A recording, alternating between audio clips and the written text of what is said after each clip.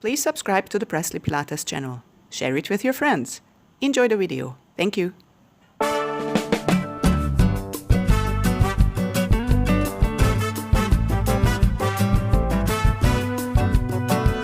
If you're someone with an injury or any kind of physical sensitivities, it's important to read your instructor's bio so that you can learn about their credentials. I always find that it is helpful when instructors share their credentials in their bio. I read some bios sometimes that describe instructors' hobbies and favorite meal, but I really want to know when I go and take a class what qualifications someone has, where they trained. I like to, sometimes actually I look up that training site and I read what their philosophy is. So those are important things to consider. Absolutely. When you go and take a class anywhere. I total agreement there, and particularly if you have an injury that needs specific attention or that is troublesome to you. I've always talked to the person before class started and let them know about it so that they would at least have knowledge of that injury when they're working with me. So, but no, those are really the reading, the background of the person is very important. Mm-hmm. And Anne points out a very important point as well, which is if you do have an injury, and there was another video where I talked about this, you have a couple options. Just go in and remember all the notes you got from your physical therapist about what to do and what not to do and modify on your own. Or go up to your instructor and share and say, okay, I have a couple things going on, I'm going to modify for myself. Or say, I have this particular injury and would you please guide me during the class to avoid things that I really shouldn't do? When I discovered yoga, I was in my 20s and feeling very good, and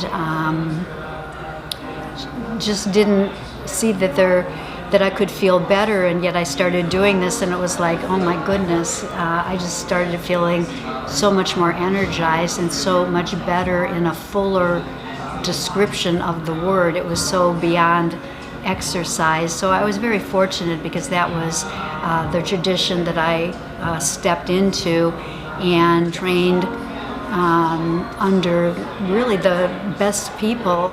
If we look at the Pilates method today, there are a couple different branches also. So yoga sort of branched out in the US, American yoga, I guess we should say. Pilates as well, there is a line where instructors very much focus on the very original work that Joseph Pilates created, stick to the exercises that Joseph Pilates created, stick to them very exactly. And then there's a more contemporary approach where the teaching style incorporates much more the biomechanical principles of modern exercise science. There is also sort of a line where some people in the fitness world get excited about Pilates and they try a taste of it. It's interesting to see the variety.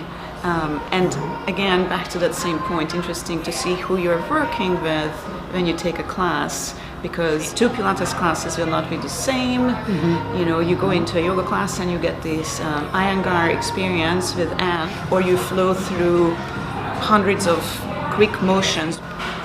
And I think two different bodies are called or maybe require different things. I mean, there's nothing wrong with a good flow class taught by somebody who's been immersed in the subject matter for a long period of time and who is practicing. I mean, to me, that is the definitive line, is the practice. You learn through yourself, and I know I learn through my students. I mean, there's no way that I could have had the opportunity to be versed in some of these things that they have brought to me and that I've needed to maybe try on in my own body in some way, shape, or form, or do some research or educate myself about. So, that's another thing. It's really broadened my vistas in that way.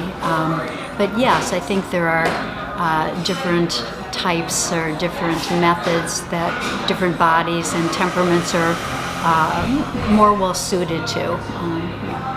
It's true.